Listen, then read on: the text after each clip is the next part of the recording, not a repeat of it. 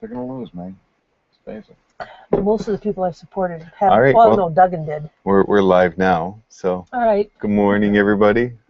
So this is the Sunday everyone. Morning Linux Review, and we are just about ready to be live. Yep.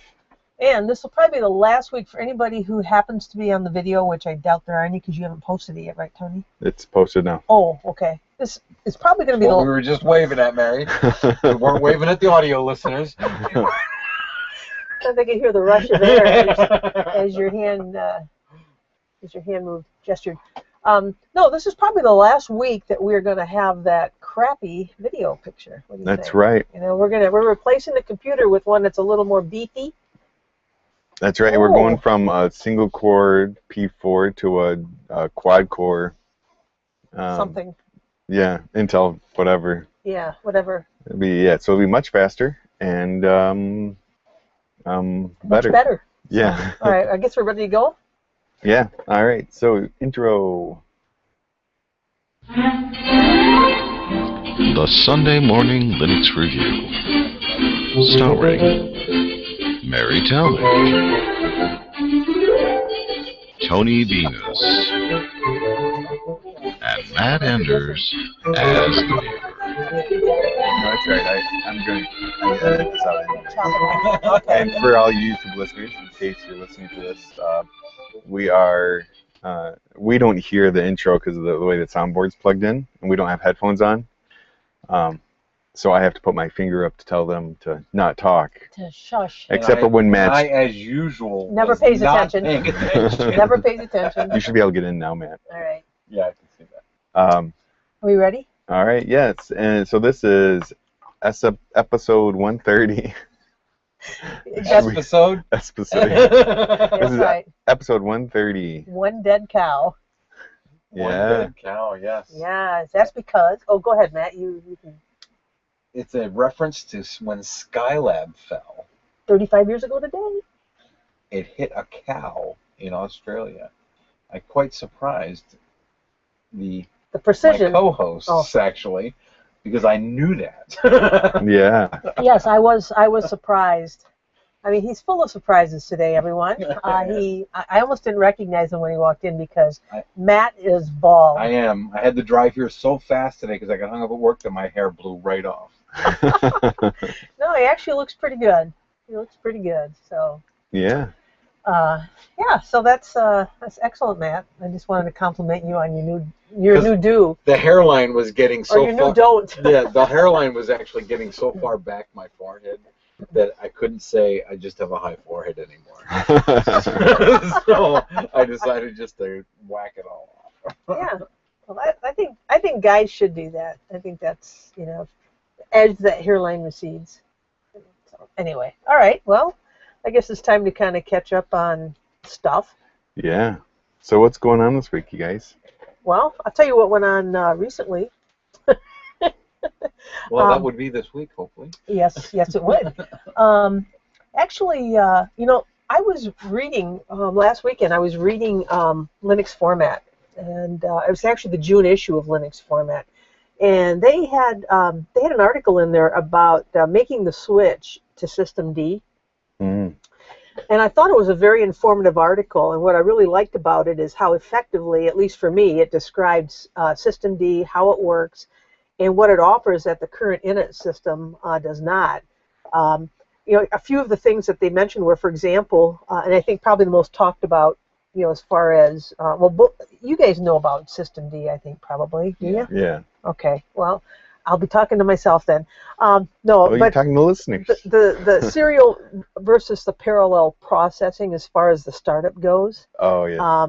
That init right now starts services in serial fashion, and so if one is slow to start, everything else is going to kind of queue up behind it and wait for that particular process to get going.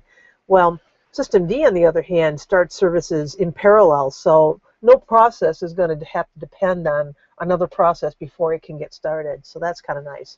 Yeah, now in today's, with quad-core processors and multi-cores, it makes no sense to have to wait for one to start a next.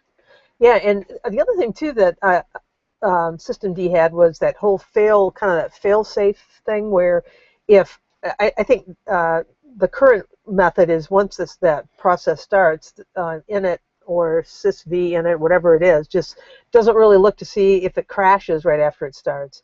At least that's what the article had indicated. It kind of just continues on. Maybe there's some things in place that let that happen. But System D, if it does, it tracks the services, so it will restart them if desired. It'll restart them automatically if it crashes. So anyway, and then the whole naming convention, within it, you've got the various rc.n, whatever it is, directories and all the processes in there, and they have to be numbered a certain way, so they start in a certain sequence. And System D does away with that whole approach. What they do is they add dependencies to their services. So it may say in the file, in the unit file, which is what they use, start A before B, but after C, or in sounding like A as the neighboring way. No, I added that last part. But anyway, to make a long story short. Too late. I thought the article was really informative, and I pulled out a few of the pieces of it that I really liked. And then later, during our news segment, I'm going to talk about something else I did, because I think it'll fit there better than here. So this part of the episode. Well, that's cool. So yeah, so I really liked it, and played around with other stuff, and there you have it. All right. It has been one brute force attack after another. Yeah. Really? All week long. I battled. Last night I must have battled 6 of them. That's why your hair is gone. The night before last, it was like 7 or 8. It's just out of China. Crazy. I don't even look anymore. I just block the IP. And so what happens then is that they go to a different IP and come in from a different one, or? Well, no, not usually brute force attacks. They're different than. They're trying to brute force the. I don't look at the ones that are trying to brute force the server. I look at the ones that are trying to brute force sites on the server. Oh, okay. Like WordPress sites or Magento sites or Expression Engine sites. As a matter of fact, today we're going to talk about brute forcing. Oh, good. WordPress. In the tooltip? Yes. Oh, good. I'll be interested in hearing that. And, then I'm going to practice on our site. No. And I also had a sin flood last night. You had a sin? Deal with, yeah. Matt and sin. That just sounded funny. No, I'm sorry. We had sin cookies enabled on the computer already, but we didn't have the backlog set. Yeah. So it was just, I don't know what it was doing. So I set the backlog to 2048. That seemed to solve it. That way you can have a lot of sinful cookies. I guess. No, the cookies used. It sends the cookie. I've seen some sin cookies. They were in this bakery and they were shaped. Oh my God! Oh, not those kind of cookies. Okay. Boy, so it sounds like you had a busy, crazy busy week. Kind of late this morning. Out there on the forefront. I just see you keeping the internet up. That's right, doing battle. So Tony, what about yourself? Well, it's been a busy week for me too. I had my niece stay over. I've heard other people say, yeah, my niece or my nephew is staying with us, and I don't think much of it. But after having my niece here, it is kind of, it just makes you think about extra things, and it's one more person to take care of. And are you saying that you were glad to have the house back to yourself? I think, well, yeah. I mean, you're happy to see folks come, and you're happy to see folks go. That's right. Okay. Yeah, and that makes sense. I mean, I think should have heard what she was saying when she left. Just kidding. Yeah, really. No. And then I'm busy at work, where it's just every day, every time I would close a ticket, 3 more would open up, and I just could never get ahead. And then I took Friday off. We went up to the state capitol for my wife's mom's birthday. Oh. Are you doing the new job now? Not yet. Oh. No, I'm now getting paid for the new job, but I'm still sitting in my old office. Well, that's kind of a good deal, right? Yeah. All right. But yeah, it's I want to move, and it's actually now starting to get frustrating that Because it's been over a month that they've known about it, and they just posted that they need to hire a new person. Well, they thought they were going to move somebody internally, probably. Well, no, even if they move somebody internally, they still have to post a position. Because the way CareTech works is, even if you work for CareTech and you want that new position, you have to apply for it, you have to interview for it, and then you have to be chosen. okay. So even if they have somebody in mind saying, we know we're going to move this guy into what position, they still have to post it, apply for it, and then the interview process is basically, they would pick it up and say, all right, you got the job, we're closing the position. You know. Short and sweet. Yeah, but still, it still has to go through that process, and they just this week posted it, which means you're going to be in there for another couple weeks. probably, yeah. And if they hire somebody from outside, then they have to train them, and then send somebody down to replace me. Has to train them, right? Yeah, I don't have to train them. No, but still, it's just going to take more time. But I don't know. Other than that, house hunting. We think we found a house. Maybe it would be beneficial if you trained them. Then you could rush them through it in like 3 days and say, "Oh, he's good to go." Right. Because you're still going to be in the same hospital, right? Just in a different position. No, I'm moving. The hospital system. There's 4 hospitals. Right. But you're not going to be in the same hospital anymore? No. No, I'm leaving that hospital. My office is going to be in Dearborn. Oh, wow. And I'm going to travel around to all the hospitals and locations. All of them? Yeah. Wow. There's not enough work at one hospital for a data tech network stuff. So we do it all. Well, good. Well, nice thing about that is the variety. You're going to get out. You'll. Oh, yeah. Company car, or you have to drive your own car around? My own car, but I get mileage. Okay. So. Yeah, that's what I did. Do you go into the office every morning, or would you go right from home to a job? I'm not sure. I think from what I've seen the other techs do, in general, they go to the office, get their tasks, and then leave. Okay. If I know I have to return to a site. At the end of the day, do you go back to the office, or do you go directly home from your job? I think I go home after. Because you don't, depending on where you are, because you don't get the mileage from your last stop home. Right. Yeah, I know. So. And actually, in Oakwood, it says that if you go straight from your house to the site, you don't get that mileage either. You don't get that either. That's why I asked about the morning one, too. Right. Because you don't get that mileage either. Yeah. I think that's kind of... That's the way the federal government's the laws work. Oh, okay. All right. Well, we'll probably... Because if they paid you that mileage from your house to the first and from the last home, they'd have to tax you on that. Oh, okay. I didn't realize that. Yeah. Huh. I didn't either. Tax laws with men enders. Yeah. Hey, trust me, I drove around in my own car for a while. Yeah. All right, well. All right. That's why I little trek, I had an office too. It was a post office box. It's a mile from my house. That would be my first stop every day at the office. Pick up your mail. Right, Yeah, exactly. Makes sense. So, right. First and last stop. Okay. Post office box. Yeah. All right. Well, let's talk Linux. All right. All right. So we are going on to the. Matt, what's happening with the kernel? On to shit.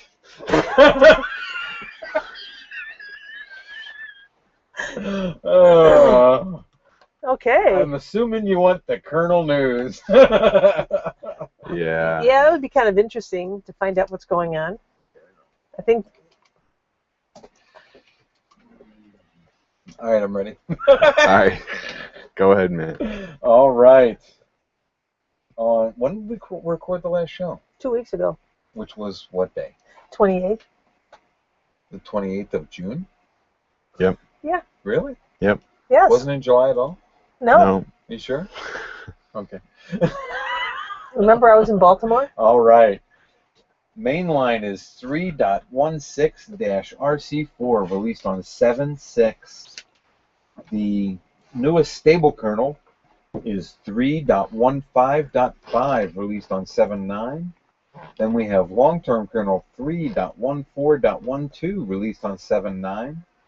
And we have long-term kernel 3.12.24 released on 7/4.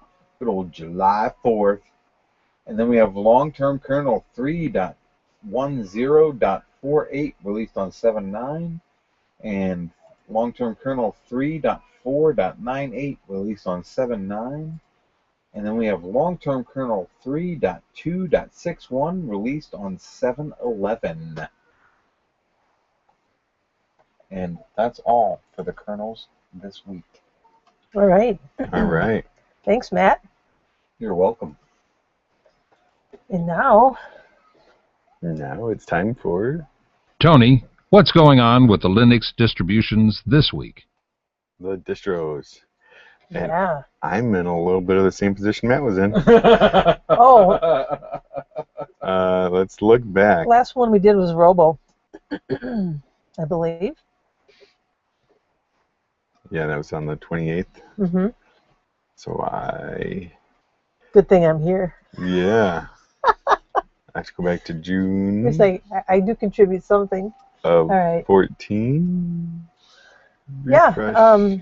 And actually, I think one of the early ones is, I believe, MX14. You'll find it down near the bottom there. Or keep going.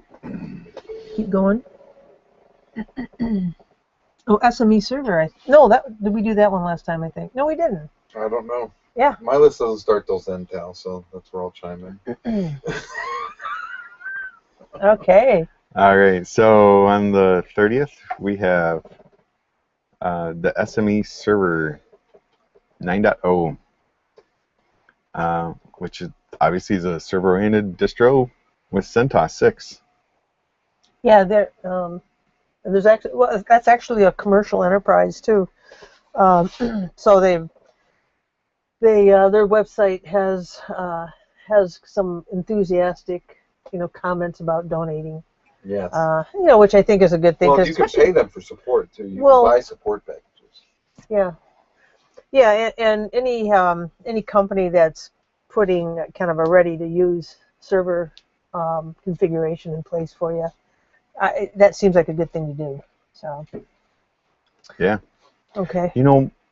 Just going back through this list, it makes me think maybe we should trim down this section a little bit. Is there I want to hear from the users or from the listeners. Do you guys want the full list of distros that are released each week, or do you want just a highlight? We'll continue what we've been doing for this time, but let us know. Well, and if you want to highlight, what do you want us to highlight? I mean, should we just choose our 5 picks of the distros, or just major distros, or what? So yeah, let us know what you guys want to hear. All right. So on the first, we have Zentel 3.5, which is also a server distribution on Ubuntu 14.04. Mm-hmm. Yeah, and they said on their site too, because I went out and took a look. I'm sorry, Tony, were you done talking?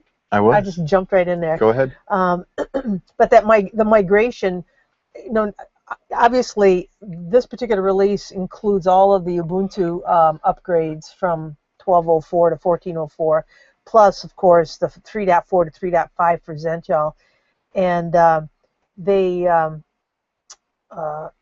they're still working on a migration of users' data, or at least this method going from OpenLDAP to Samba 4, so the upgrade procedure will be published in the next couple of weeks. They're either going to have it available for users. This is not a feature that's in there right now, but it's either going to be available as a button on the dashboard or via some command line prompt, or script. So that's going to be something else that they're working on, so that if you're going to migrate user data from, as I said, OpenLDAP to Samba 4, they'll have that functionality available soon. Yeah. So That's nice. I'm predicting we will see them on the list again. Right. And they're saying that it's an open source alternative to the Windows Small Business Server. Yeah, and I think you left off MX14. I didn't see that anywhere on these lists. Okay. Well, I think you made it up. I think so too. It's actually based on Antics. Well, no, it's actually based I on. think it was a development release, and she mistakenly. I didn't even see it in development releases. Well, I'll tell you, I'm just gonna make up my own distro right here. It's called Symbiosis. It's called Delusion. No, it's actually it's MX14.2, and essentially what this particular release was just simply, for the most part, a bug fix upgrade release, and it comes from the Antix, as I call it, or Anti-X distribution, which was based on MEPIS. But what's happened over the last I don't know, couple years, it's kind of now. It's not based on MEPIS anymore. Right. It has moved to Debian testing now, and although there's still some really good community support from the MEPIS community, it's based on Debian testing. But of course, MEPIS is based on Debian, so there's that synergy you get there. They also mentioned too, if you want to run it, it's for older systems, but if you want to run it, you want to make sure that you've got at least 128 megs of RAM, and then 2.2 gig of hard drive space for the install. So anyway, and unfortunately, I went out to their forum just to kind of look around and get a feel for what's going on. Unfortunately, they had this little posting there that new account creation has been disabled due to spam. No. And you know what? This is not the only place I've seen that. I have seen that. I shut down 2 websites this week. I totally blocked their forums and said, dude, you got to do something. You got to put some kind of human authorization in here or something, because it's just, your comment spam is out of control. Wow. Yeah, and somebody else was saying that they were deleting stuff like after 14 days, or so. They were trying to put some kind of manual control in place to keep it under wraps. But yeah, so the MEPIS site was not the only place where I saw that. You know how you solve shit like that? Turn off the internet? Wholesale block China. I have a list. Oh. I have a list you can drop right into a HT access or into a firewall and just block all of China, and you're done. Send that to me. We'll see if that fixes ours. It's a big list. Yeah. All right. All right. Well, thanks. All right. You know what? I to validate you, Mary, I did find Antex. It was just one down further than what the other list is. Okay, well, anyway, because I wrote it up, I thought, well, I wouldn't have written up a development one.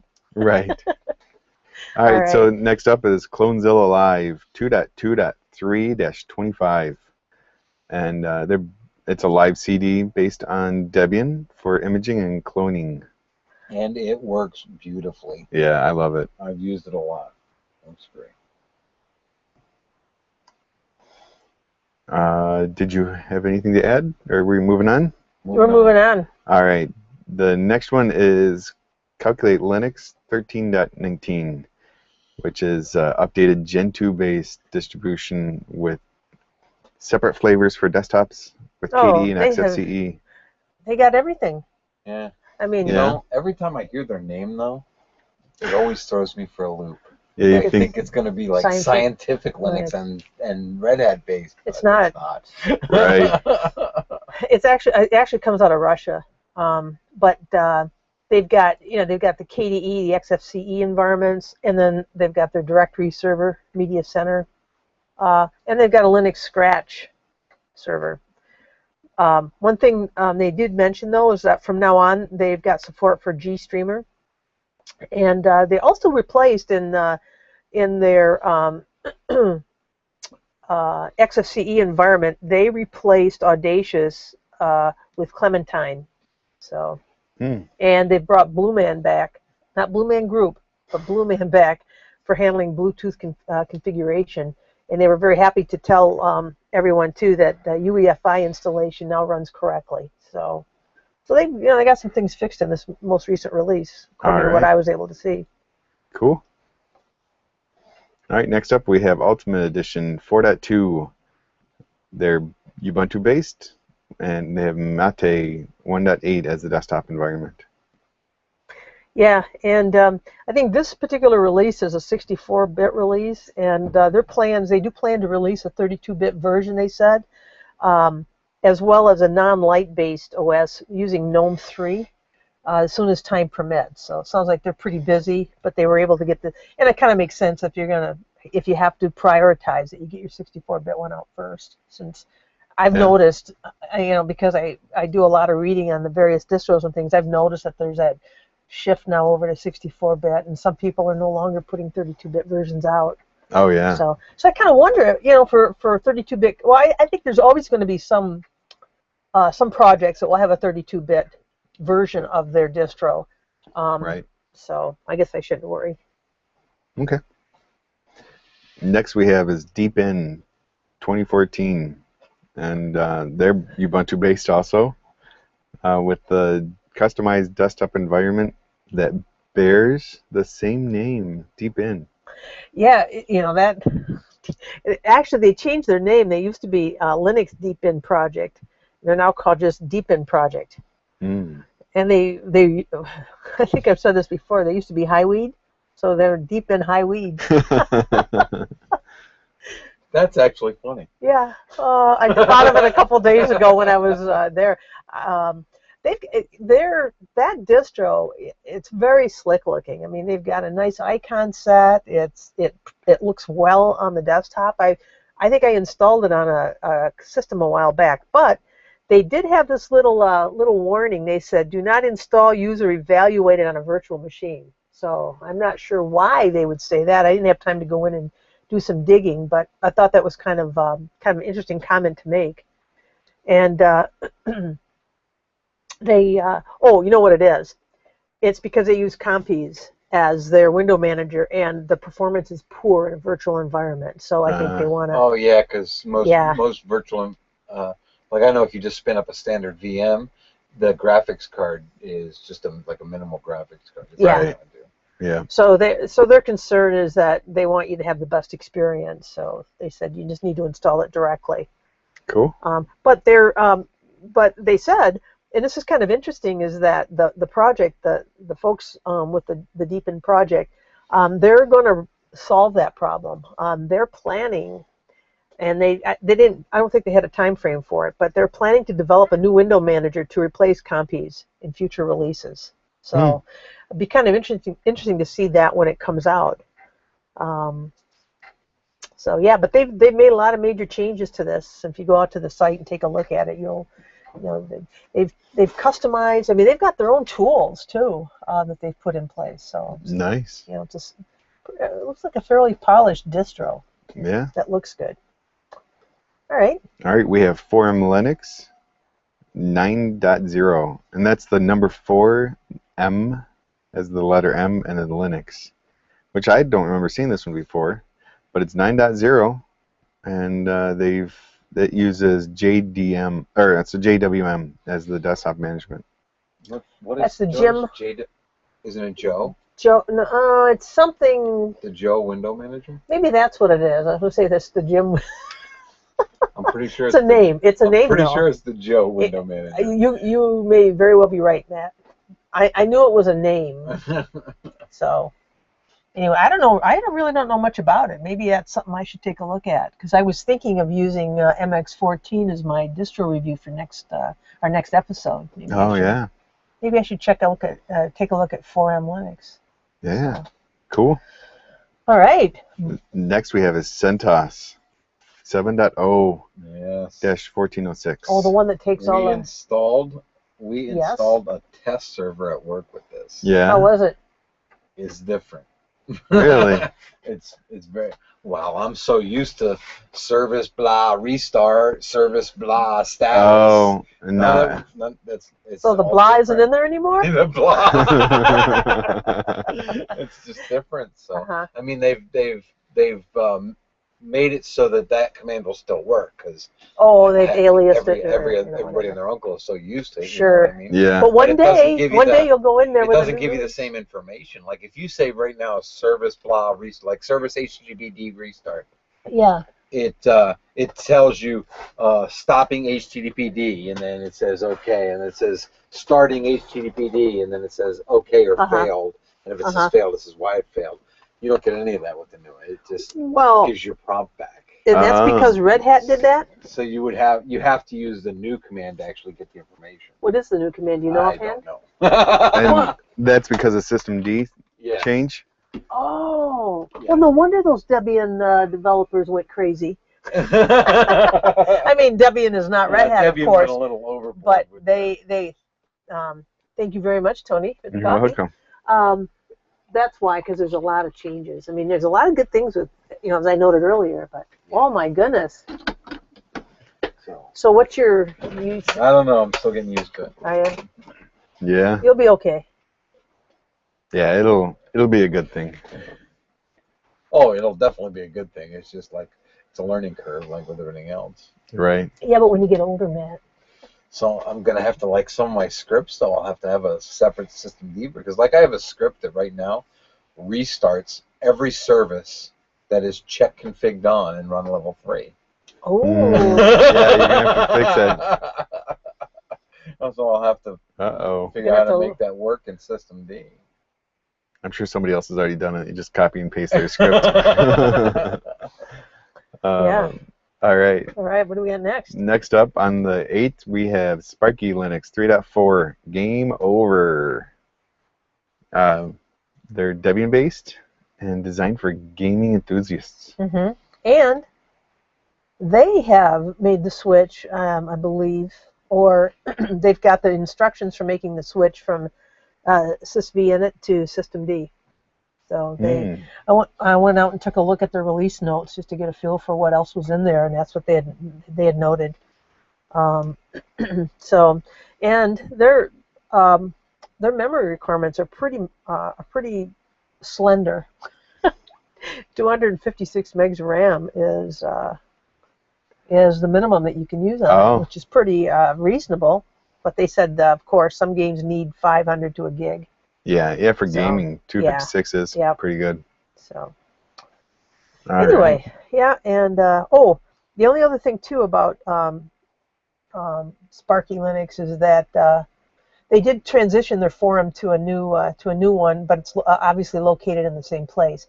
They did tell their users too that you don't have to reinstall the system if you've got Sparky Linux already installed. That you just make the full system upgrade and then follow the enclosed upgrading guide. So they've got that information there. So it sounds like it's a relatively easy process. You don't have to start from scratch.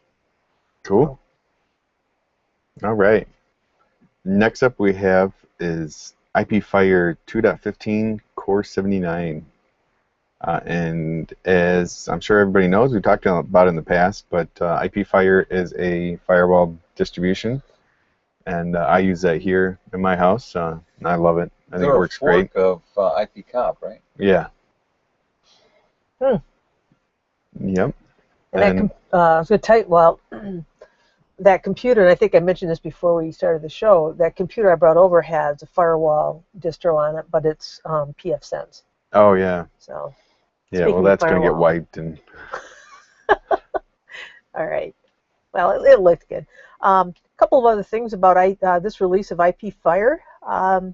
They also have applied some changes to the Zen image. So they said that. So now when you're installing IPFire on para-virtualized systems or virtual systems, it's going to run much more smoothly. So apparently it wasn't efficiently configured to run in that environment.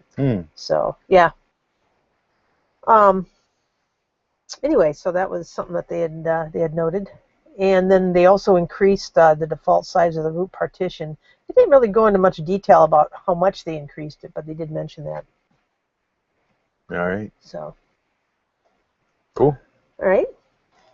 Next up we have is Quart Linux 4.1, or is it KWart? Can't remember. We had that.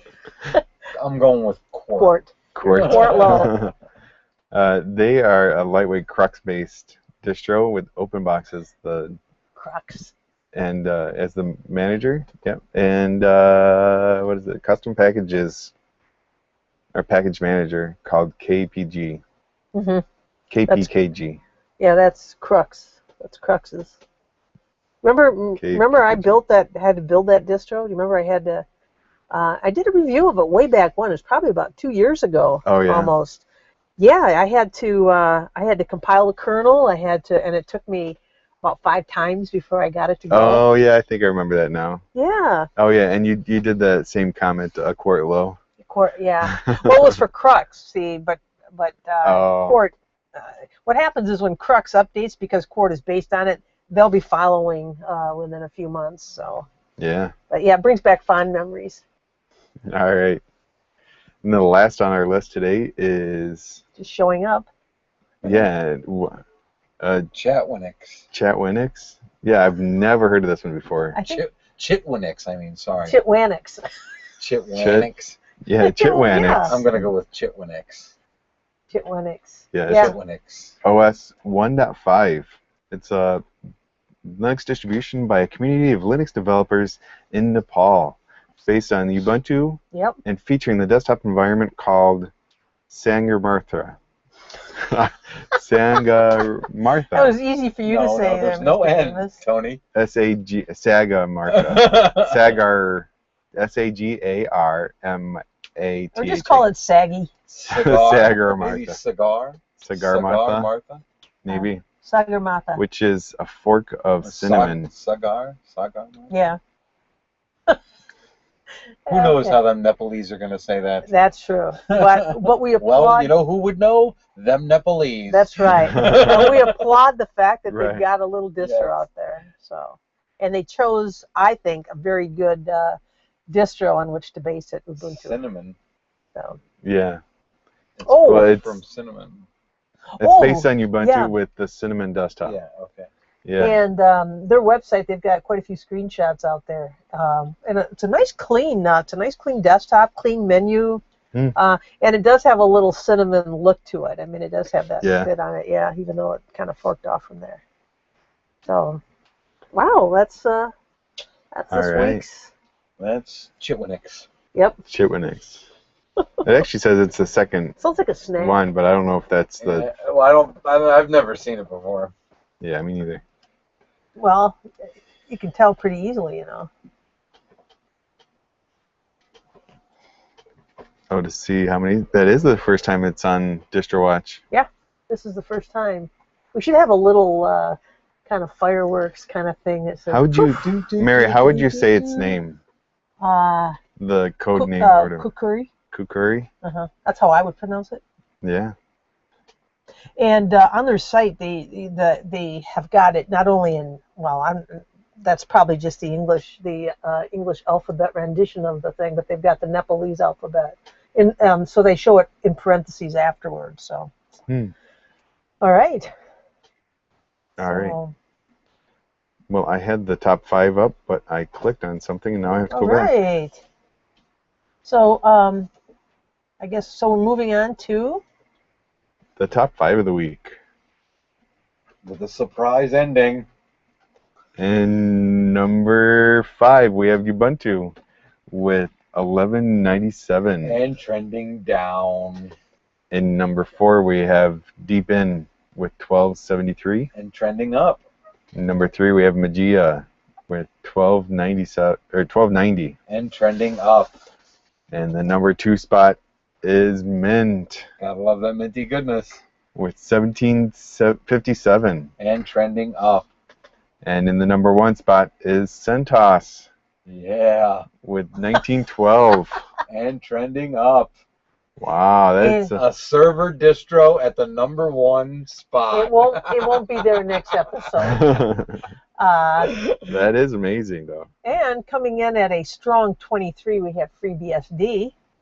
And bringing up the rear at number 56, we have PCBSD. There. Just have to get my little plug in for. Well, we're opening that. They're in there And somewhere. Dragonfly. I And Ghost. at midnight. I'm only looking for FreeBSD. Well, Dragonfly is based on FreeBSD. Yes. All right. I'm All right. looking at. Ghost BSD is based on FreeBSD. I'm being trolled. Dragonfly's All at 91, by the way. Okay, there you go. With the Hammer file system. Hammer 2. All right, well, I think we've certainly abused the distros this episode. That's right. Definitely. All right, we are going on to... It's time for the tech news of the week.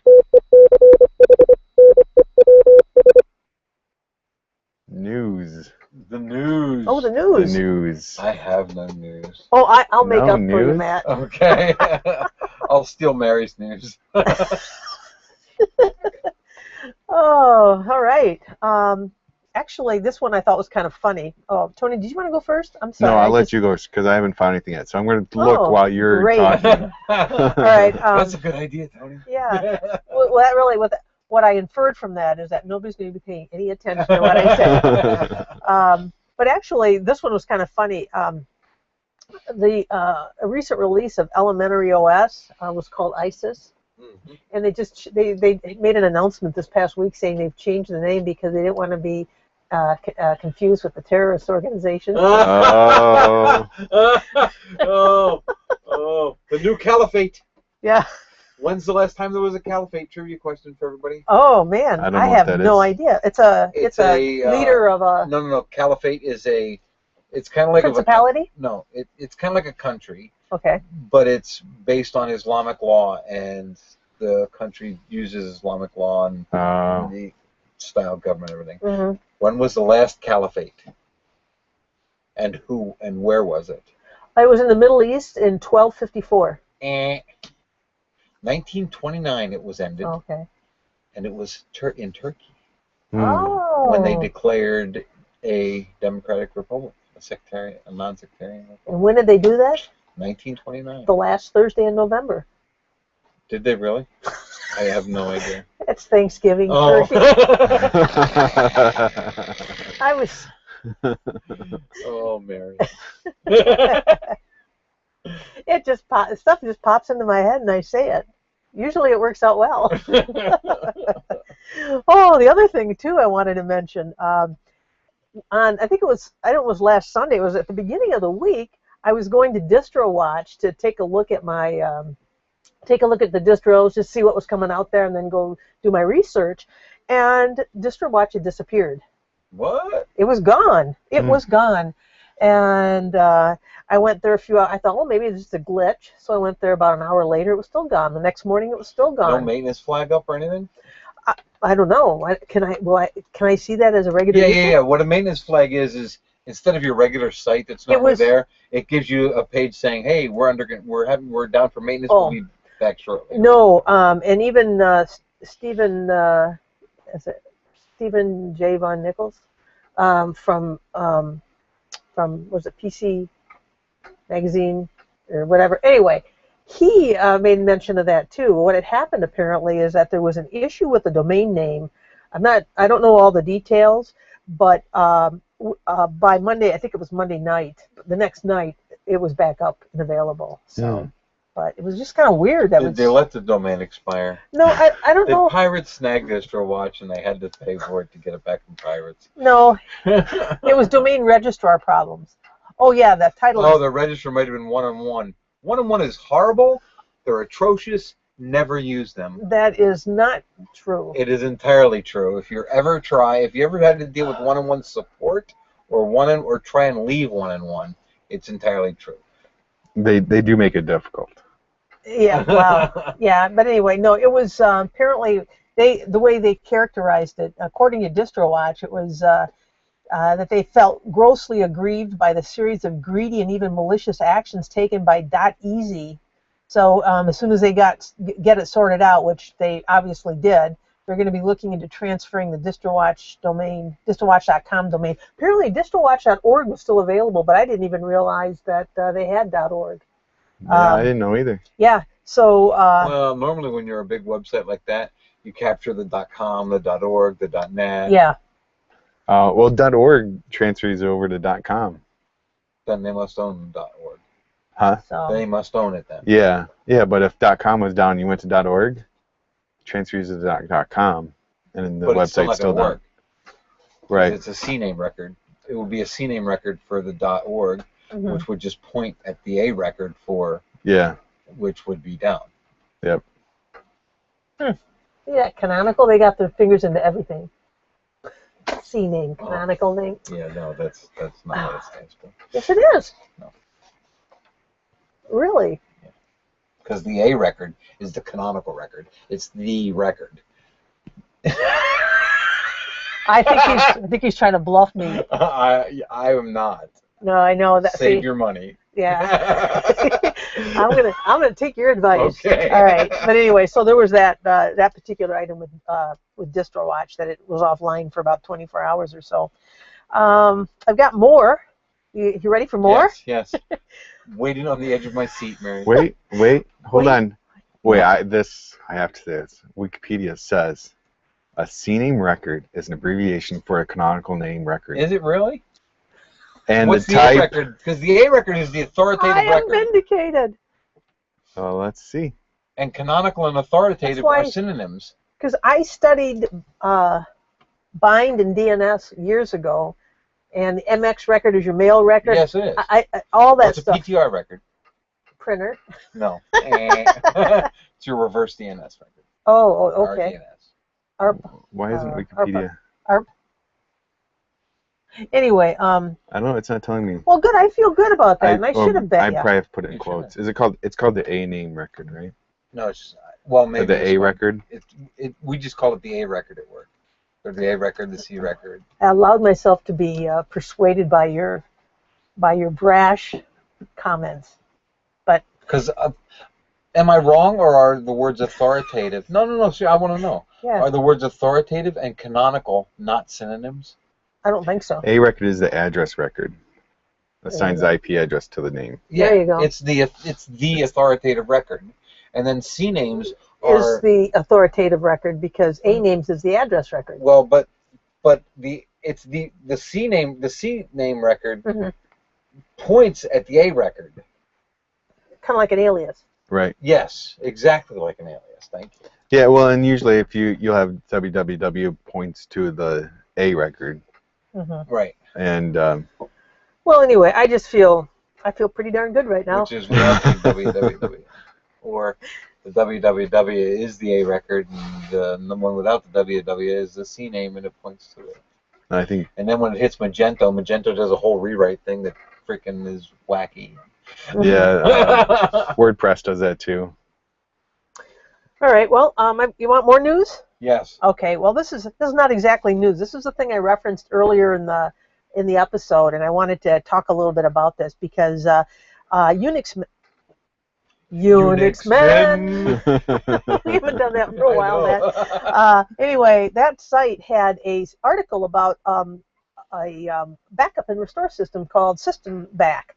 And so I'm always interested in backup and restoring. I thought we talked about System Back a long time ago. Did we? It was did. Time Shift we talked about. Yeah, time shift. It was Time Shift. Okay. And then one of our listeners wrote in and was really happy to know about it. So anyway, I thought of him and I decided to give this a test. So what I did yesterday is I installed System Back, and then I started it up. I created a restore point. It took a little while. It took a little while to create that restore point, probably about 20 to 30 minutes, because you get a little progress indicator, but it just But slowly. would it take that long to create the next one? Or would it just build on top of the restore point it already created? Well, we'd have to do a compare before. That's a good question. That I don't know. But let me just say this. So what I did, you do have options though when you're going to restore. You can restore you can do a full restore. You can do user configuration file restore. So if you blew something up, you can just go back and pull that out. What I opted to do after I put this in place and then opened it up is I did my restore. It completed. Again, it takes a while. So then I went in and I thought, you know what? I'm going to change a setting in KDE, the window decoration or the window. Instead of having it look like this with the blue title bar and all that, I'm going to change it to the Oxygen theme one. So I did. And then I saved it, and it was working just fine. So then a few minutes later, I said, I'm going to go back and I'm going to restore. As I said, you get these options. So I selected user configuration. So then I restored, and sure enough, by the way, too, a little word of advice. If you've got other apps open, be sure to close them because it's going to restart the X server. Yeah, I found out the hard way. But anyway, so what it did is it restored it right back to what I had it before. So I was impressed with it. So it's called System Back. Link to it's going to be in the show notes. Some of you may already be aware of it. I just wasn't. I wasn't, and I wanted to share my experience, including my test. I even posted that in my Google Plus area too. So yeah, so there's that one. You want more? We want as much as you've got to give, Mary. All right. This isn't news exactly, but it's a little site I found, and you may already be familiar with it. It's called tcpiputils.com. Are you familiar with that at all? I'm going to post it in the chat because I feel like I haven't been giving them. Hang on a second, everybody. Paste it in there. Anyway, what this is a site that you can find out. It's like those sites that'll reveal information about the IP address that you type in there and all that kind of stuff. I have a couple I use regularly. One is checks my regex. Yeah. Another one checks your syntax for your shell scripts. Okay. And I have another one that checks crons, whether it'll tell you you think you have the cron set to run at this time, and it checks and makes sure that it's going to run when you think it's going to run. That can be very important. Tell me about it. We had a user whose cron was set ***/2.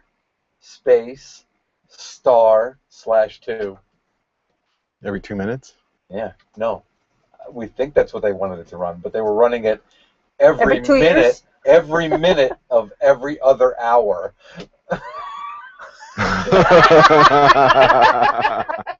Wow, hard to figure out the logic in that. Yeah, that's it's wrong. That's wrong. There's no way they wanted it to do that. But see, you can see here. This has got you can type in the domain, and it'll, as I said, give you the information. There's a MAC address lookup, a ping. You can there's a ping box there. A whois lookup, a trace route, TCP ping. That's cool. IP geo lookup, and then for email and DNS tools, they've got some little utilities there. SEO tools. So I found it. I thought, hey, I'm going to share this and pass it along. But there's more. There's more. Yeah. There's more, Mary? Oh, actually, no. Well, there will be more when we get to the KDE corner. Okay. But I'm going to pass the baton on to Mr. Tony Bemis. I didn't find anything. Sorry. Tony was going to pass the baton right Although back. I looked up our domain name on there, and they show like a map of where our IP address points to, and that's incorrect. It points to Oklahoma or Kansas. Well, do you know why? Because I will tell you A2 hosting is... A2 hosting is in Ann Arbor. Right. Yeah. But where do they get their IPs from? Do they get them directly from ICANN, or do they buy them third party? I am sure they buy them third party. There you go. Probably. And the original owner from ICANN for that is in Oklahoma, who resold it to Oh. That makes sense. A2 hosting. The ASN name or ISP says A2. We get ours at work directly from ICANN. Mm-hmm. Yeah. Okay, that makes sense. All right. And Tony, where did you get yours? Just kidding. I was going to make some, well, I don't know if it'd be funny, but I'm going to move on. Anyway, but thanks, Tony, for sharing that. You're welcome. All right, we're moving on to KDE Corner. Gentlemen, I feel it's time for us to have a release party. All right. Because in August, KDE 4.14, this is the last release in the 4.x series, is going to be out. And let me just tell you quickly, I believe it's going to be like August 16th, I believe, which is Wednesday, which is typical for those guys. So we can either... 14th, as I recall, Matt, the last time we did this, it was you and me at One-Eyed Betty's. Yes, it was. If you do it on the 14th, I'm going to be camping. I'll be the opposite of celebrating soccer. I will be separating myself from computers. It's actually the 20th, August 20th, Wednesday. I'll be home by then. But we would have to... He sounded way too excited, didn't he? Yeah. But notice he said, he didn't say, hey, I'll be there. He said, I'll be home by then. We're going to do it the Saturday again, though, right? 20th. Well, we could do it the Saturday, or we could just go to Atwater on Wednesday. If we do it on Wednesday, I can't go. Oh, yeah, okay. We're going to do it on Saturday. So... Unless I take the day off work. All right. I could take the day off work. I got a lot of time coming. But I have to put it in 2 weeks in advance. So if we're going to do it on the 20th, let me know now, and I'll put in for it. Okay, let's All do it right. on the 20th. All right. All right. I don't know, Matt. We're gonna Actually, have I to. should I know. double We're gonna check have to my call him calendar. every day. I know that. I mean, me moving that weekend. I may need a few hours off from moving. There you go. Oh, there you go. Or we can do the Katie release party in the new studio. Ooh. It may involve Mm. moving boxes from a car inside the house. Yeah, no. Hey, we could post some pictures on Google Plus. Anyway, I want to just mention that that KDE 4.14 is coming out in mid-August, and it's the last one. And we have got a release party that we're going to do at Atwater On the 20th. on the 20th. All And right. we'll talk a little bit more about that because we still got time. And then the only other thing here, there's a new version of Canagram, which is the K-Anagram game. I installed it and played around with it a little bit. It's kind of fun. So that's where you've got letters and you've got to kind of work with them. Really? Kind of like an anagram? Yeah, that's it. Yep, that's it. And that's my stuff. That's my news. All right. All right. Thank you, Mary. You're welcome. So I can keep talking. No, I think Oh, it's time to yeah. go on to.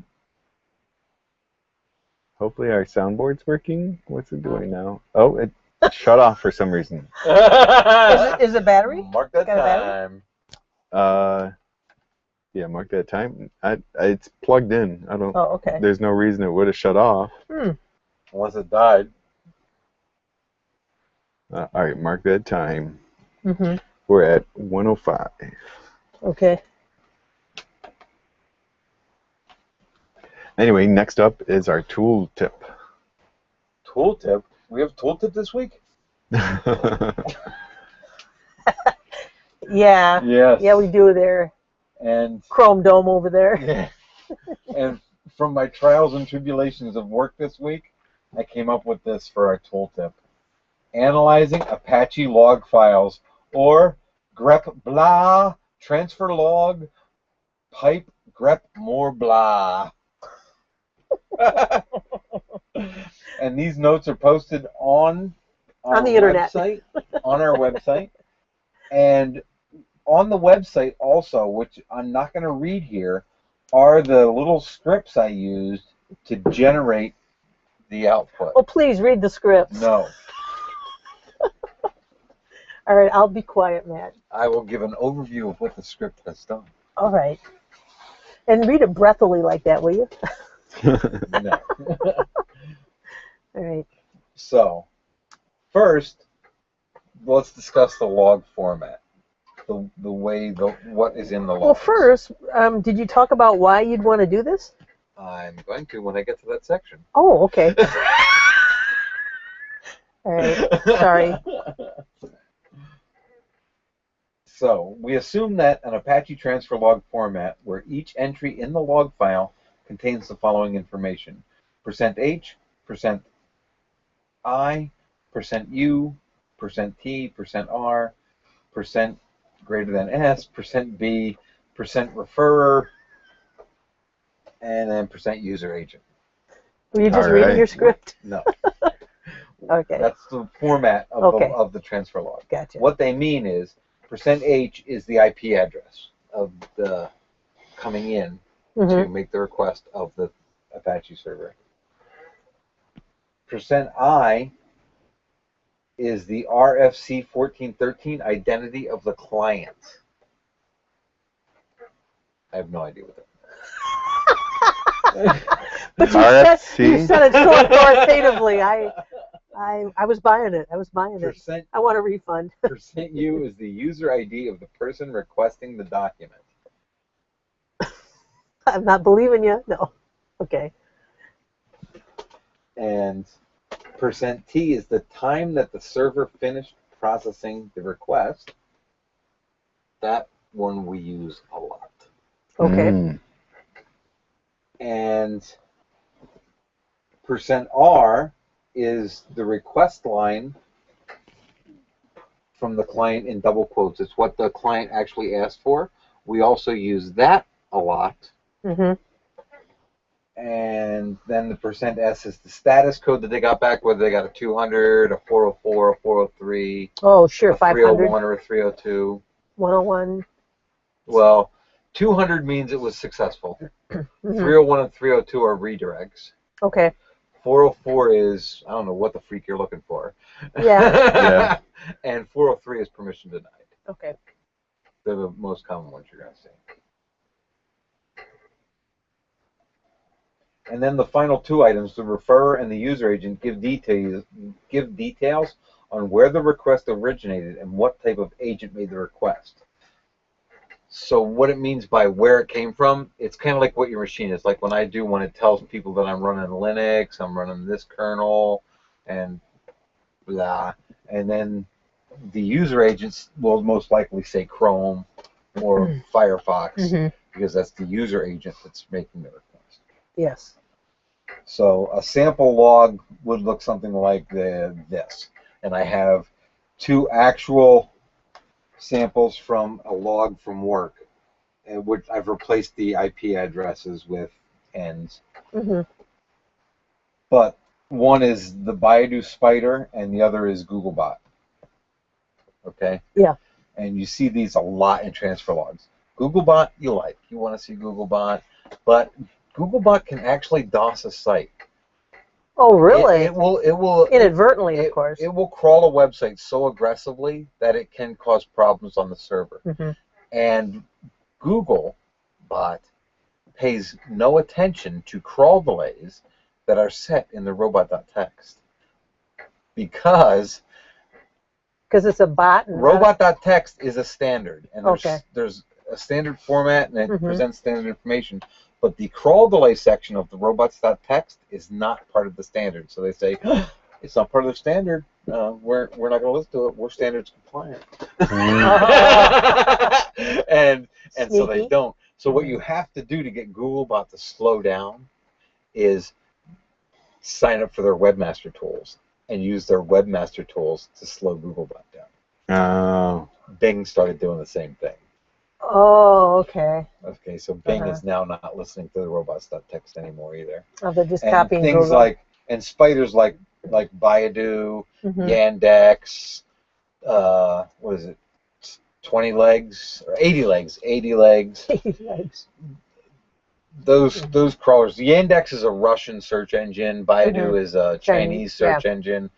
80 legs is just a freaking web crawler. I'm not sure exactly who it does it for, but anyway, we block those a lot. Like Okay. 80 legs and Yandex and Baidu, we'll Mhm. block them in HT access files a lot just Mhm. because they're useless to us. Mhm. So, but moving on, then you want to look for some danger signs in this file that you now know the format. You know the string you're going to be grepping through, what you want to grep out of the string. Okay, and what would those danger signs be? The first thing I do is I grep for a large number of hits per hour. I'm going to look for, we usually brings me to a server to check is a high load warning. So I monitor alerts at work. So when I get a high load alert for a server, I immediately think somebody's trying to mash this server. There's something going on with the visits. Okay. So I'll go there and I'll do a grep with a regular expression for an hour of time, starting from right now back 1 hour, and I'll write that out as a regular expression. So in the show notes, you can see what I got back from my search. Okay, and it says the time frame I searched, which in this case was from 4:30 in the morning to 5:29. So that's an hour. From 4:30 to 5:29 is 1 hour. Okay, and it just arbitrarily is an hour. It's an actual search I did to find I had a problem. Okay. No, why you selected an hour and not 15 minutes or not? Oh, because just arbitrary. because the numbers I use, it'll become self-evident. Okay. So, and then I say, show me the logs hit more than 999 times. Okay. I can set that number to whatever I want. I could say the logs hit more than 0. Oh, I see. Then I would see them all. I don't want to see them all. I want to see the ones that are maybe a problem. So I say, show me the ones that are hit more than 999 times. On this server, we had 2. One of the logs was hit 14,451 times. In an hour? In an hour. Ooh. Another log was hit 5,309 times in an hour. Wow. Okay. Guess which one was the problem? Both of them? No. The one hit 5,000 times. Yeah. The 14,000 looked like legitimate traffic, all of it. Okay. So number 3, we want to see what those IPs are doing. Mm-hmm. Not what they're doing. We know that the one was hit a lot. Now we want to see the IPs. Tell me what is hitting these sites. So I checked, and nothing really was hitting. The 14,000 went a lot from one IP. It was spread out. It was all over. It was just getting a lot of traffic. Okay. Yeah. But that 5,000 one gave me back this IP address. Hit it 2,907 times out of 5,309 total hits. So more than half of the hits to this website came from one IP address in that time frame. Oh, I feel a block coming on. Yes, Yeah. you do. And I print this IP address because it is blocked. And it is nefarious. Block this yourself. Yep. Okay. And so, okay, 2,000, your problem. Now I want to see the actual transfer log. I want to see exactly what this IP is doing. So number 4 is we want to see what it is doing. Yep. So we don't want to look at all 2,907. That's just ridiculous amount of information. So what I do is I have another little script that shows me the first 2 hits it made and the last 2 hits it made. Okay. Overall, over the whole transfer log, not just that time frame. This one looks at the whole transfer log and shows me the first 2 and the last 2. But when you're getting an attack like this and you go back an hour, you've usually got the first 2 in your hit, and you'll see that here. Mm-hmm. The next one, again, like I said, it's going to. I say check, use this IP and show me this log. Show me the first 2 and the last 2, and you'll notice here that the first time it hit the website was at 4:37. Okay. And remember, I went back an hour to 4:30. Uh-huh. So I got the first time it hit the website. Okay.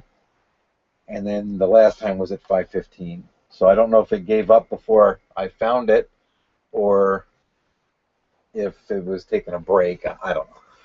But it was definitely doing something nefarious, because what it was doing was making all of them were post requests. Because that's this column here shows you what type of request it is, whether it's a get, a post, whatever. And they're all post requests and all to the wplogin.php, which is WordPress. What is wplogin.php? WordPress login. Yes, So it's a brute force. And they're trying to brute force the WordPress login. Okay, and you know what else tells me that it's nefarious? The refer and the user agent are blank. See right here? Mm-hmm. So what that means is it's probably just a script running over and over and over and over and over, hammering on that website. Wow. So, needless to say, 50.116.50.133 went into the APF to get blocked, because we blocked the nefarious IPs in our firewall. This was WordPress specific. Like when I looked and saw the WP login, they're WordPress specific, and it showed me that. But I have some other tools, because we not only do WordPress, we specialize in WordPress, Magento, and Expression Engine, and we're a big Magento host. We have a lot of Magento websites. So I have some specific scripts that will look for like Magento brute force attempts, because with Magento, it's not always the same. Like with WordPress, it's always the WP login. But with Magento, it's always different, and it's in their local XML file is where it's stored. So what I do is I get what it is first, and then I look for those, because somebody may have guessed what they're because sometimes some people name it the same as their site name and things like that. Yeah, idiots. But yes, I knew what you were thinking. Not too smart. Yeah. And I have other ones that look specifically for expression engine. They are idiots. And then I have other ones that actually look for comment spam. Because they'll be post after post after post after post to the forums. Boom, boom, boom, boom, boom, boom, boom. So those are also bots doing that. Yeah. People, they don't have people sitting No. there doing that.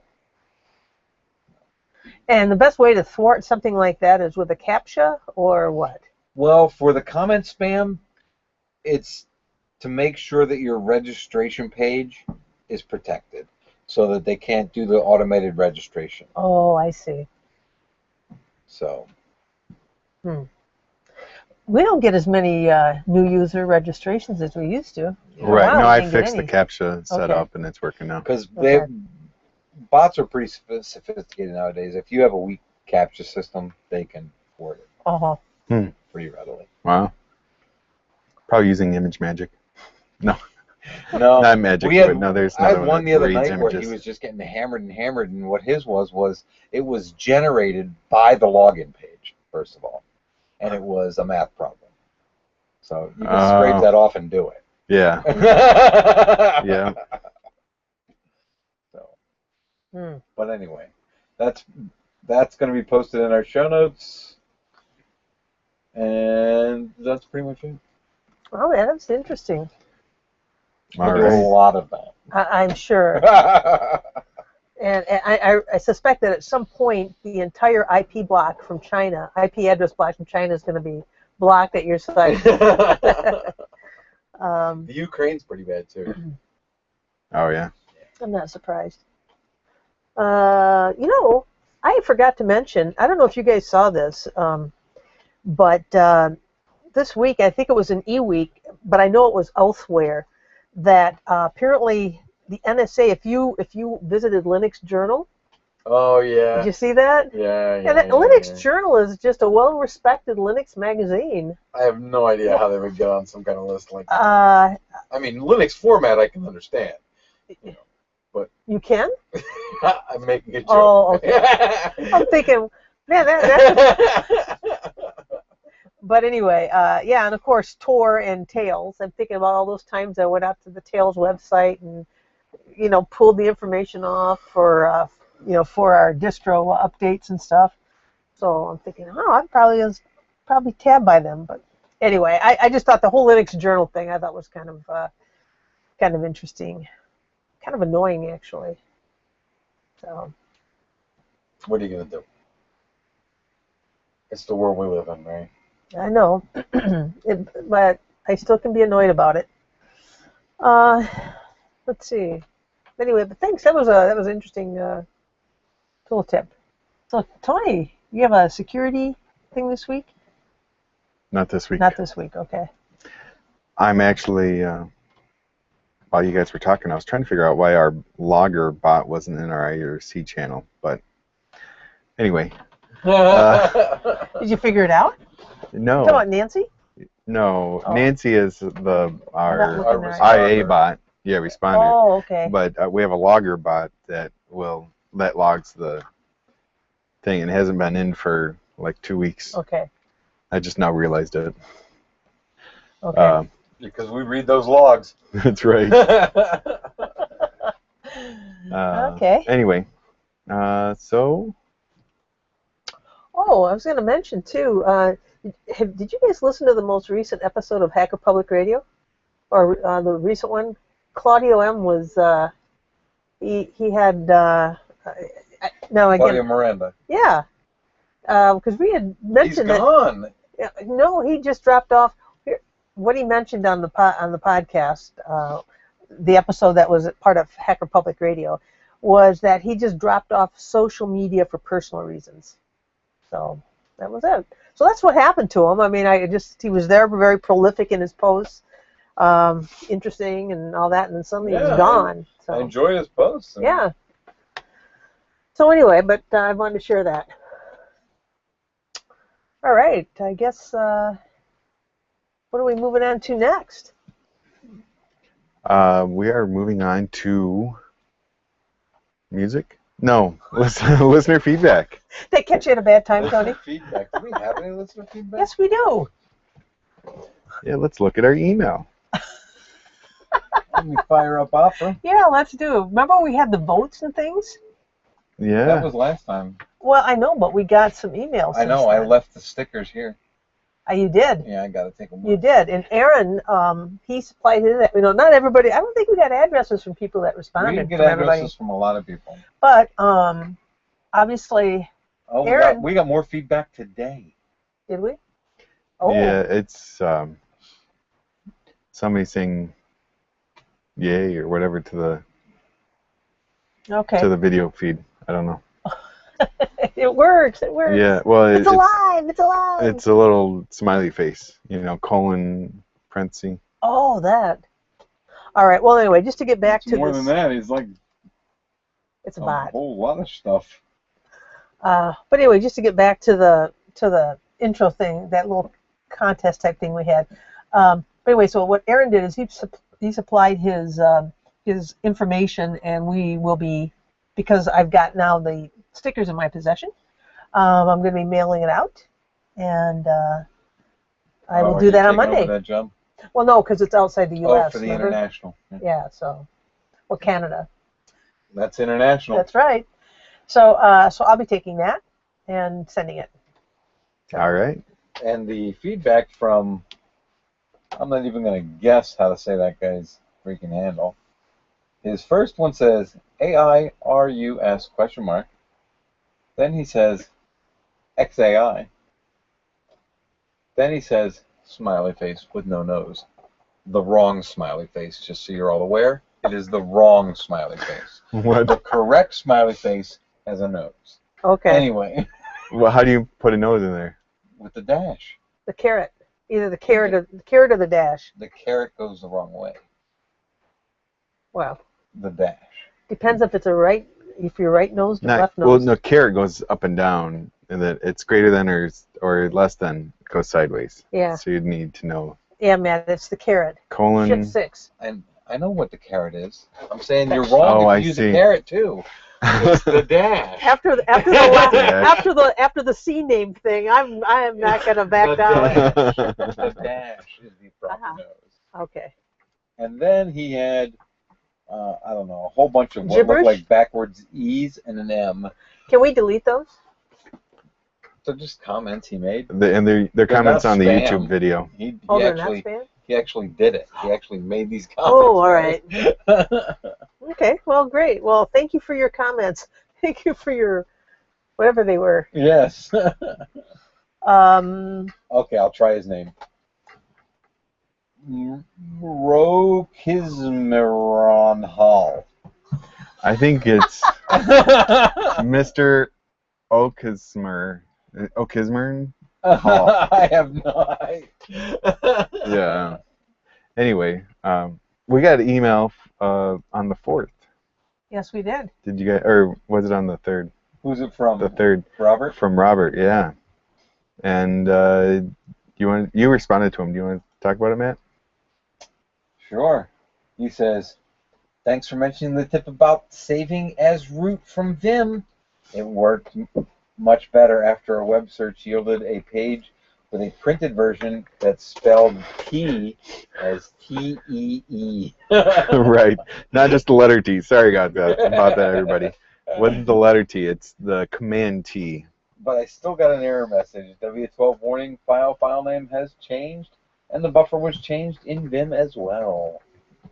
Yeah, because what actually happens is it launches the command T, which takes the output of Vim and to two different two different outputs. Well, one as root, one as U, right? the command T, How is that spelled? T-E-E, Okay. both writes a file Uh-huh. and sends it to standard output.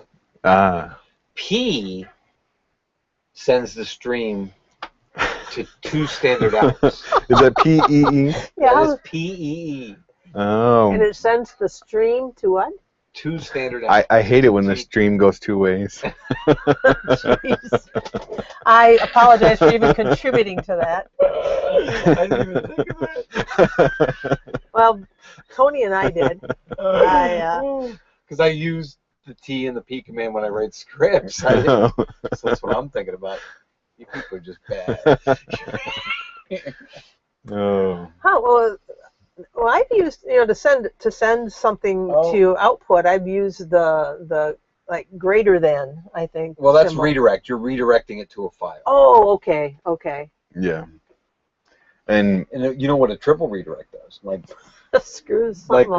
greater than. Yeah. no. That redirects it back into the input of what you said. Really? Yes. Oh. Really? I had no idea. Because I know one appends. No. One overwrites. Two Two appends, appends. and three sends Three it back. is an A loop. infinite loop. A loop. So it just keeps on going and going and No. going. And then you have to have T to display it, and or do you use P for that? Oh my gosh. All right. All right. All right. And All right, then he boys. asks us an unrelated question. And he says he wants to do something like ls-r.pdf, Mhm. blah, blah, blah, looking for PDF files. Mhm. And then, and he tried lsrla star, grep PDF. And I said, why use ls? Why isn't that just using find-name Yeah. star.pdf? Yeah. So, Because that'll And he search didn't other directories, respond won't it? after I mean, can't you? Okay. so. And I'm sure there's even even better way in ZSH to do it. No. All right. ZSH is Satan. It is not. Oh, you know something? Before we get in wrap up mode here, I my workstation at home, I've always just had one monitor, and I had an opportunity to get a couple of monitors to replace it. Oh, at work I have dual monitors. I Oh. love it. I love it so much. I do. But then I had bought the dual monitor stand. You know that those Samsung monitors, I was very disappointed, do not have the bracket placement thing on the back. Like I know I had gotten some for another Are workstation you I had. sure? Yes. Oh, I wonder if I take the cover off. Yeah, They I would. think you got to take the cover But they're off. pretty thin. I think you got to take the cover off, man. Oh, I just returned it too. I just returned that dual stand. Did you? Yeah, I'm not kidding you. They were kind of wavy on the back, and it just said Samsung, and I was very disappointed. No, but isn't there a knuckle where No. the stand itself comes up and connects to the back? stand connects from the bottom, Really? right into the bottom. Yes, Hmm. it was. No, you're probably right. Yeah, it was the first time I'd seen that. I was very disappointed. On your monitor? Yeah. No, usually there's a cover on the back of the monitor. You pull that off, and then there's the 4 screw holes. Yeah, to no, mount it she's to. got no knuckle. She's saying the stand that comes up connects to the bottom, not to the back. Yeah, so in other Oh, words, the then stand that that comes. stand's designed specifically for a specific monitor model, not for just No, a let me. standard. I think we're confused here. Maybe I contributed to that. I'm talking about the monitors themselves. Yeah, the Samsung monitor with has a the little- monitor, with a little and then stand the stand is underneath and comes up to the bottom. up to the of bottom. monitor. Yeah, Yeah. it doesn't Yeah. doesn't. It Oh, no, doesn't no. come up Not to a the big back. arm in the back. It doesn't That- come up to the back. Yeah. The way, like Dell monitors. The dual Yeah. stand or the The single The stand single stand. that Yeah. came with it, usually you just rip that off and you have 4 screws on the back that your dual No, monitor Uh-uh. will the stand screw doesn't go into. up there. and it's the stand, monitor is thin her enough. current stand connects to the bottom, Yes, it doesn't Right. connect to the back. and there's nothing Like my on the back. The because back is I a know. solid piece, Last- all the way across. last year I It's a bought 2 solid other piece. There's no Samsungs. cover on the back. No, No little I don't plate think that so. comes off. that's what No. she says. No. No, it was smooth because last year when I bought 2 monitors for my financial workstation, it had that approach where you had it came up to the back, and I Right, did and it put had that those knuckle stands on the back. Where it exactly, connected. Right, and and the then you bracket. take that knuckle off, Yep, and then the you bracket right, goes, exactly. and there I was. So I was very surprised, and I'm just putting a little caveat out there if anybody's going to ever get 2 dual monitor stand and then get the monitors thinking, hey, I'm going to be good to go here. Don't get Samsung monitors. Well, don't get that model. So I unfortunately don't have the model number with me, but just do a little checking to see how they're connected and make sure that you have that bracket placement area on the back. All right. All right. Okay, I just wanted to get that warning out to everyone. There was a small amount of cursing. Yes. Small amount of cursing going on in the A household. small amount? I don't Yes. believe a small amount. I was annoyed. And then I believe you were almost probably Matt level. oh, but yeah, boy, that would ooh. You actually, since you shaved your head, You've hardly sworn today at all. I've gotten much better at swearing on the show. Trust me. At yeah. work, I still swear quite a bit. Swear like a sailor. Yeah. I appreciate it. Oh, the other day. Oh well. I'll save that story for off air. Okay. One other thing too. When I returned, I had to return the dual stand monitor or the dual monitor stand. So I put the UPS sticker on it, and I'm thinking, I got to go to a UPS place. So I thought, UPS guy usually drives. You hear me honks and he delivers. So I hear the UPS truck go past my house. So I go running downstairs. I grab the package, thinking, if he stops in my block, I might be able to catch him. And he did. So I go, not running exactly down the sidewalk with this big box in my hand, but I got it to him. So anyway, I don't know why I even said that. I'm seriously considering dual monitors at home. Mm-hmm. You can get two it's Samsung really nice. monitors for like less than $300, or without the bracket placement on the Well, back. first I have to save $1,000 to move. Oh, anyway, we're still recording and broadcasting, so Yeah. this is chit chat for off air. Yeah, that's right. Okay. All right. All right. Well, I guess we've blabbed enough. Yes. Yeah. So What's our music selection? our music this week is a Good, Tony. random. Is a selection random as a result of our random number generator. That's right? right. That's how you have to hide the fact that we don't have one, and you're scrambling like crazy. It's 9 Inch Nails, number 29, Fingers on a chalkboard. which is called Ghosts Ghosts. 29. Okay. That would have been nice last week or last episode. Why don't we need Episode a black 129. Oh, yeah. So. All right. Let's see. Okay. 29. Oh, that's different. That's doubled up. Anyway. All right. My foot's tapping already, Tony. So you just start that music when you're ready. Oh, for some reason I started downloading the FLAC version, which is much bigger. Oh. Let's see, 29. I don't. Here's a 6. But the high fidelity is impeccable.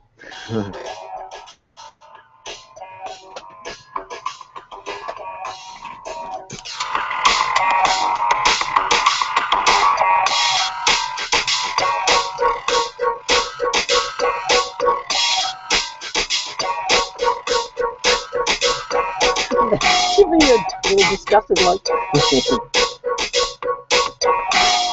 He just picks it out. But then, actually, Nancy gave me a random number. Oh. So, Blame Nancy. Nancy died. All right.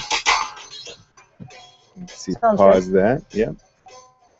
All right, so you've been listening to the Sunday Morning Linux Review. This is, episode 130. You did it a bunch of times till you got a number you liked. Oh my God. No, I did it wrong the first couple times, and then I used the first Oh my one, God. and I ran it a couple more times, double check that it was being random, because you see the first couple. The first two gave you one. Right, so that's not very random. No. All right. Actually, it was just as random as anything else. No, You because it randomly did it. got one, and you randomly got one. I did it 2 times in a row. So that can still be a random number just because you got it 2 times in a row. Well, no, it's because I did the command wrong. It should just be it's 1 through whatever. I thought that's what it was. Well, 1 is implied, so I should have put 30, and then it's 1 through 30. Instead of 1 through 1 is always going to be 1. Sounds like an outtake to me. Anyway. All right. Let's try this again. Yeah, let's wrap this up. So you've been listening to the Sunday Morning Linux Review. This is episode 130. Dead cow. Dead cow. Holy cow. One dead cow. One dead cow? Yeah, one dead I cow. don't think it was one dead cow. I think we had to roll that back. You want to be triple D? 3D? No. No, it's one dead cow. Are you sure it's one dead cow? Yes. Yeah, it's one dead cow. One dead cow. All right. All right, this is Tony Bemis. Matt Enders And Mary Tomich. saying, have a good fortnight. See you next fortnight. All right. Oh, Goodbye, YouTube bye, listeners. Bye, everybody. YouTubers. Oh, we have a new person that's been listening or following along with us today. Oh, yeah? Yeah, I don't know how to say his name. Cornosajin? Corin No Siege. No, CG. Cornell CG. Yes. And Thank you. when I posted it in the Podnuts list, then he saw that and hopped over and started listening. All right. All right. All right. And thank you for appreciating the song. At least somebody does. Yeah. Yeah, it wasn't me. All right. All right. All right. Goodbye again. Bye.